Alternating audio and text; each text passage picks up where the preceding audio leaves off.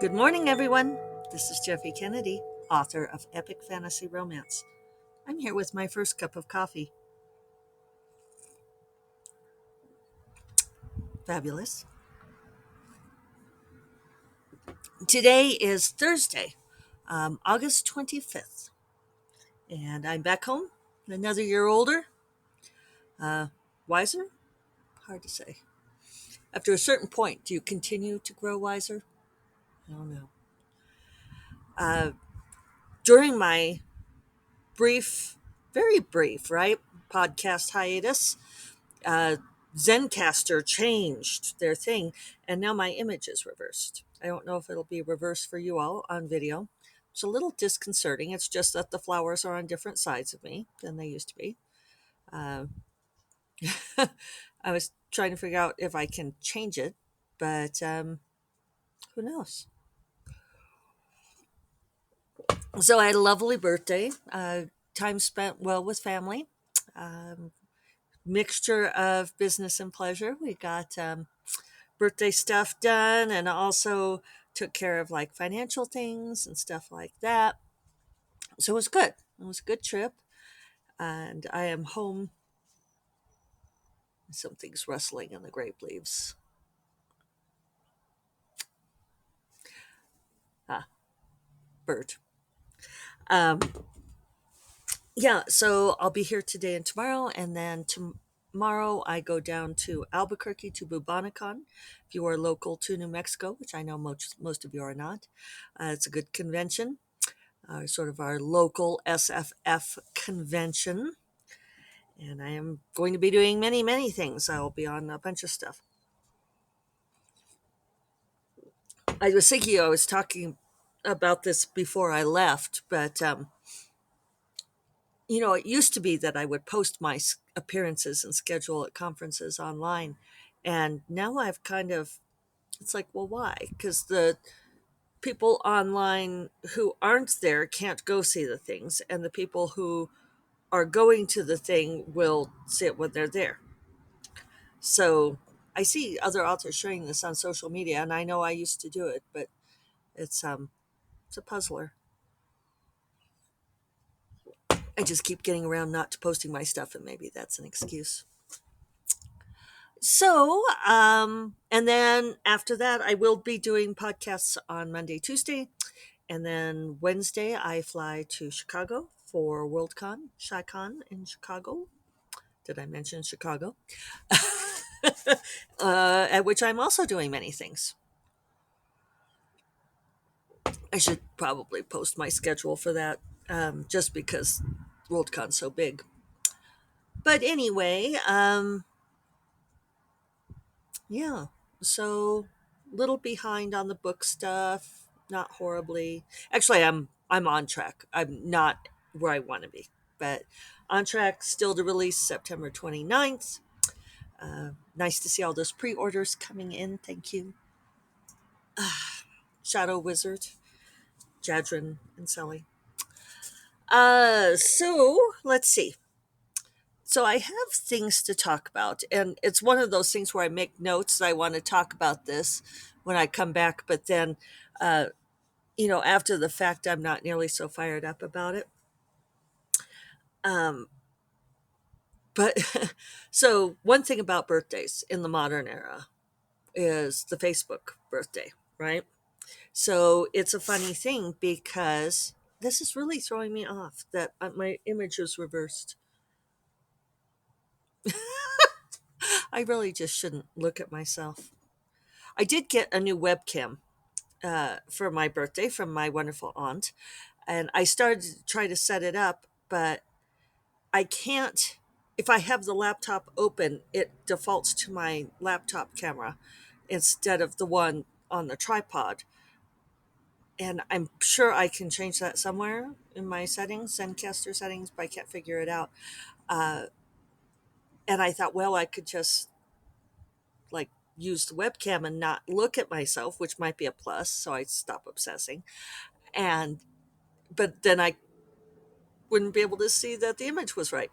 So I may save the webcam for indoors. That's all probably never mind, but that was sort of my process this morning, is figuring out how I'm going to handle all that.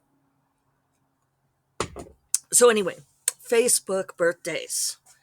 And here, I should have my cane out so I could shake it, because back before Facebook, it wasn't a thing, right? You had to keep track of people's birthdays and, like, I don't know, send cards through the mail via Pony Express.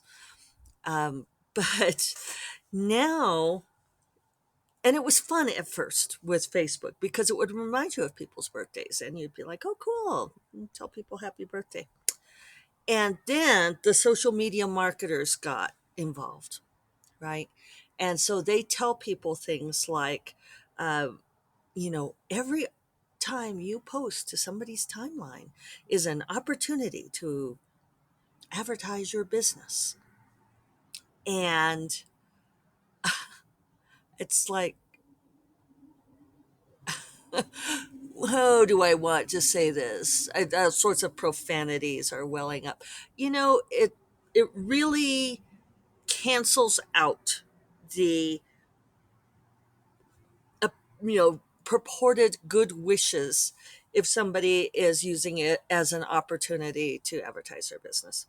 So there was this one gal who I went to high school with, and I don't even think we were friends in high school, which is the other phenomenon about Facebook, right? Is that there's all these people that you are friends with on Facebook that you were never friends with in real life.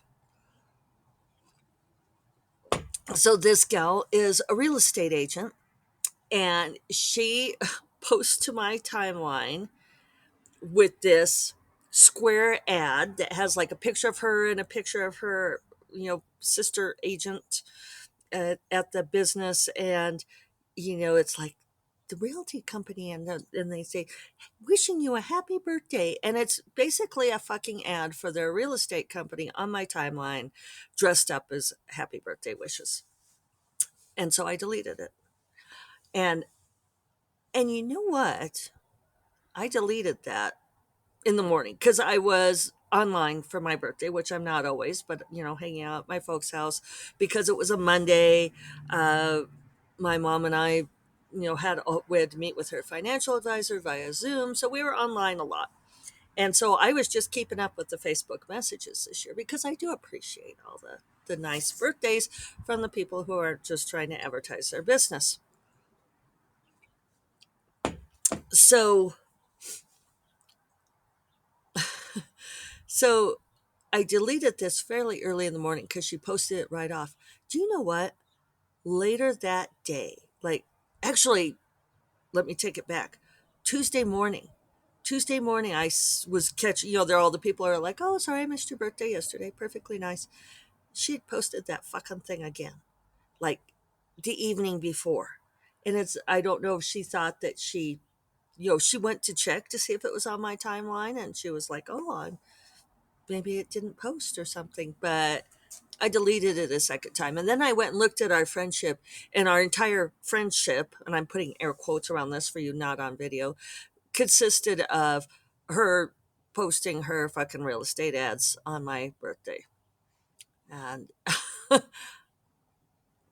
didn't unfriend her because we have other like high school friends in common. But yeah.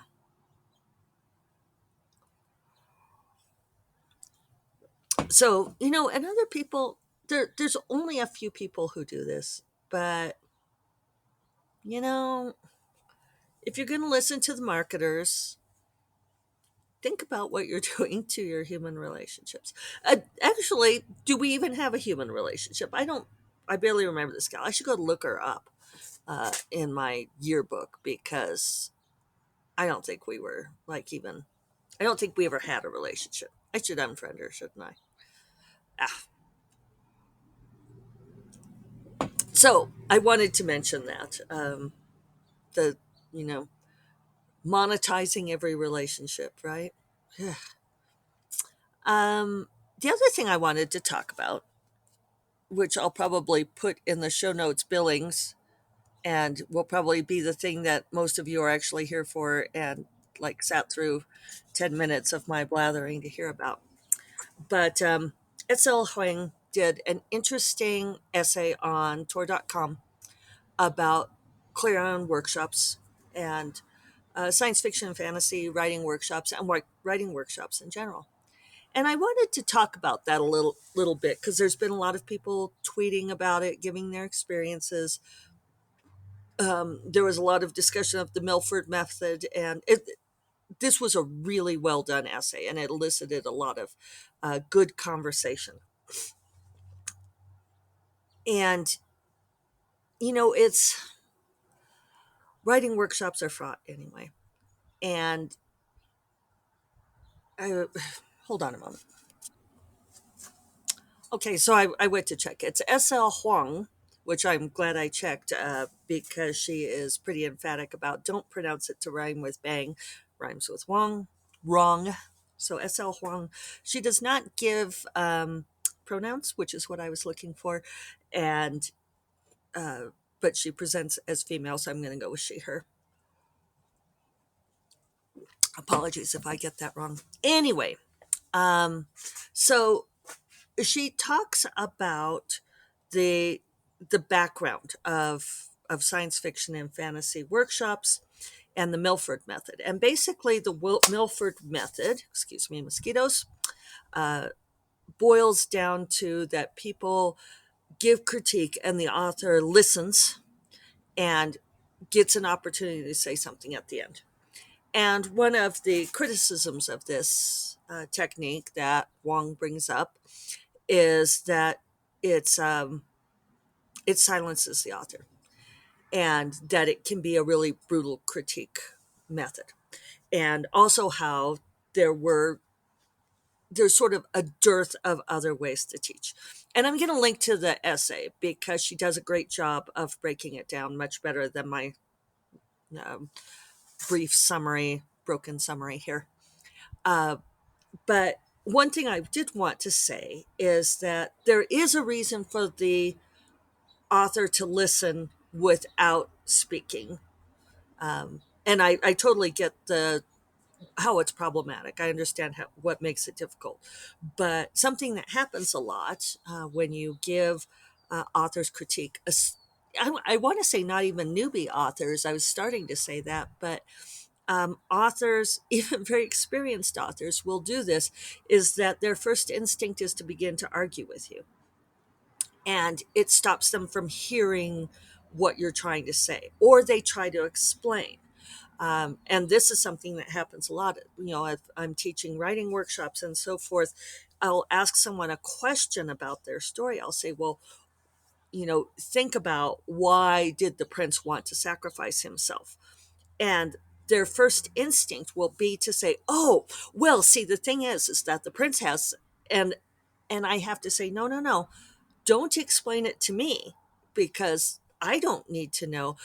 Explain it to the reader. What I'm saying is explain it in the work.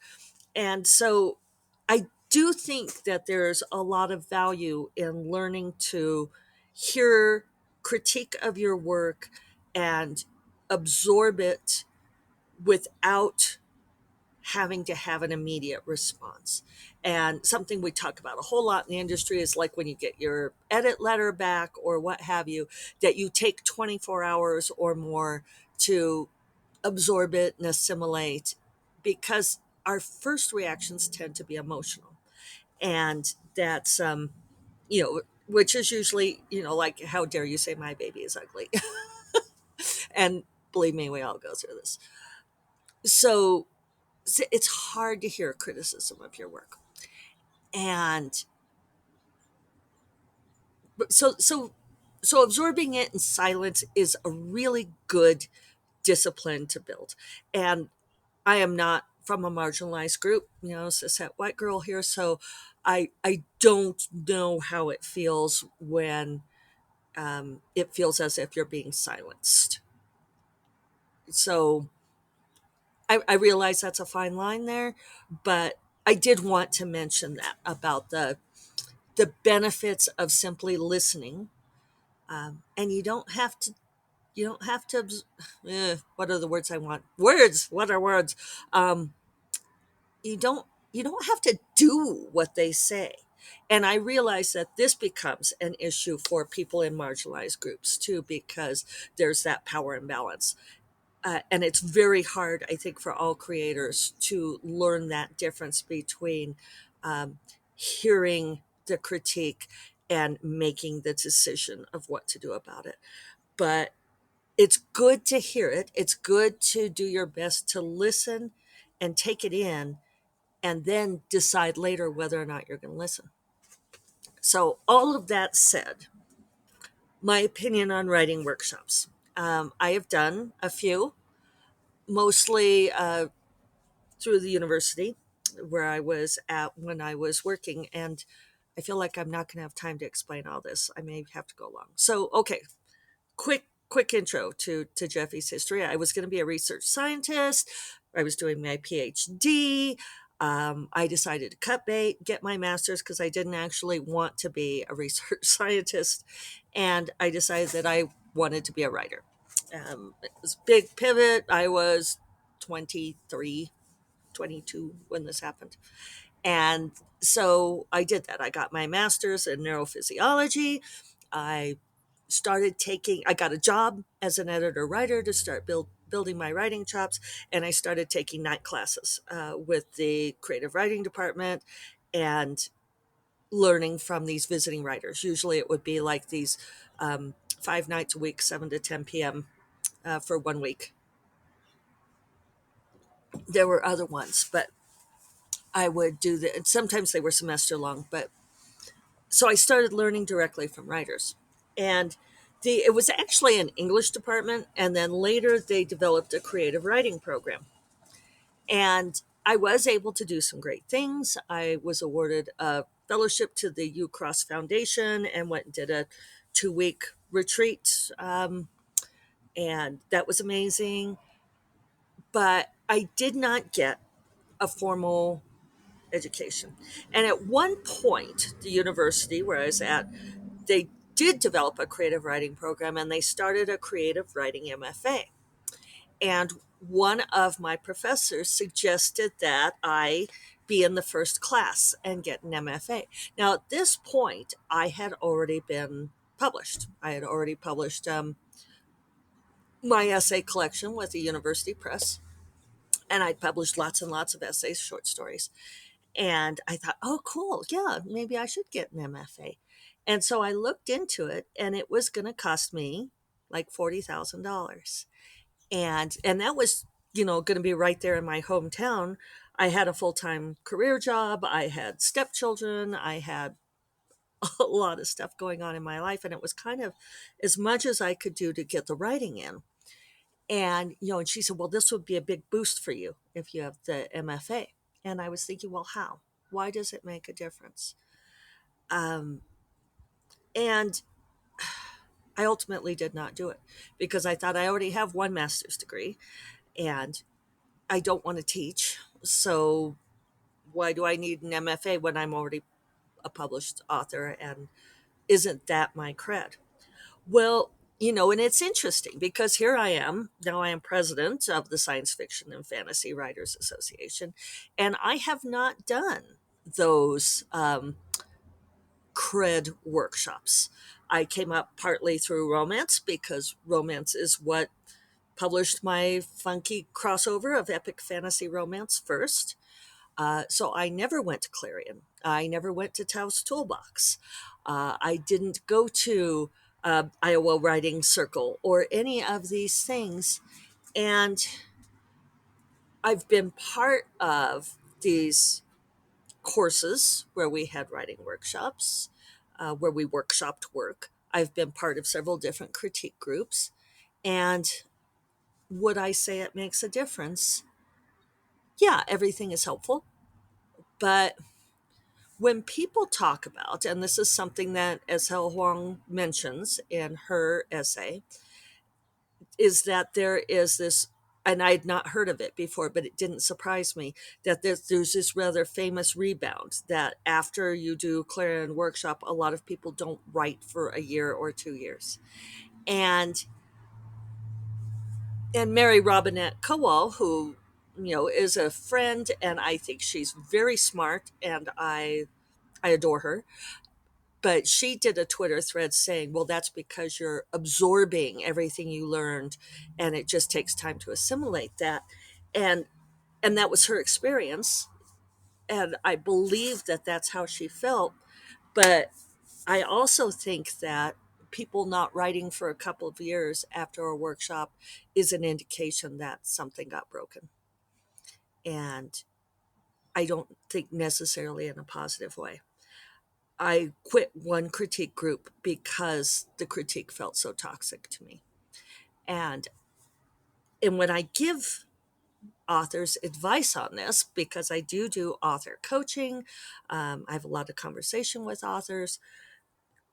I and this is something that comes up a lot is they say, well, how do I know this is looping back, right? How do I know when to listen to the critique or when is it toxic?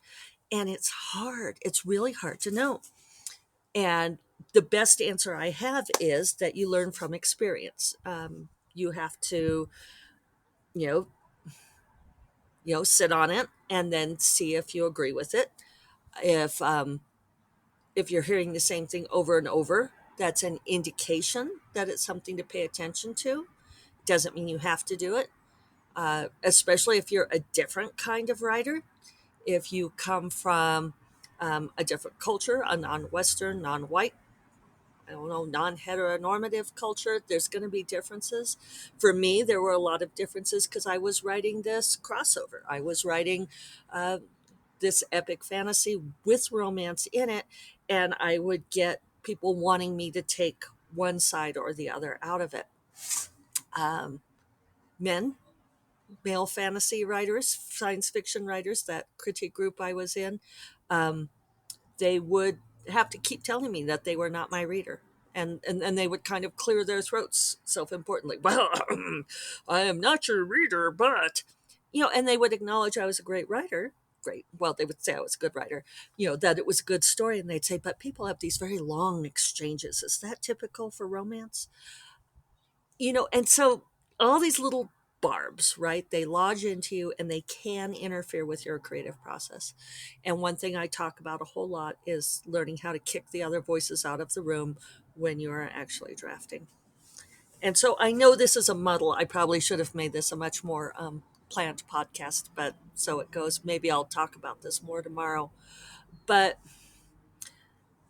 it's bothered me for a very long time that uh, that especially the science fiction and fantasy community seems to be very consumed with this cred about whether or not you have done these writing workshops.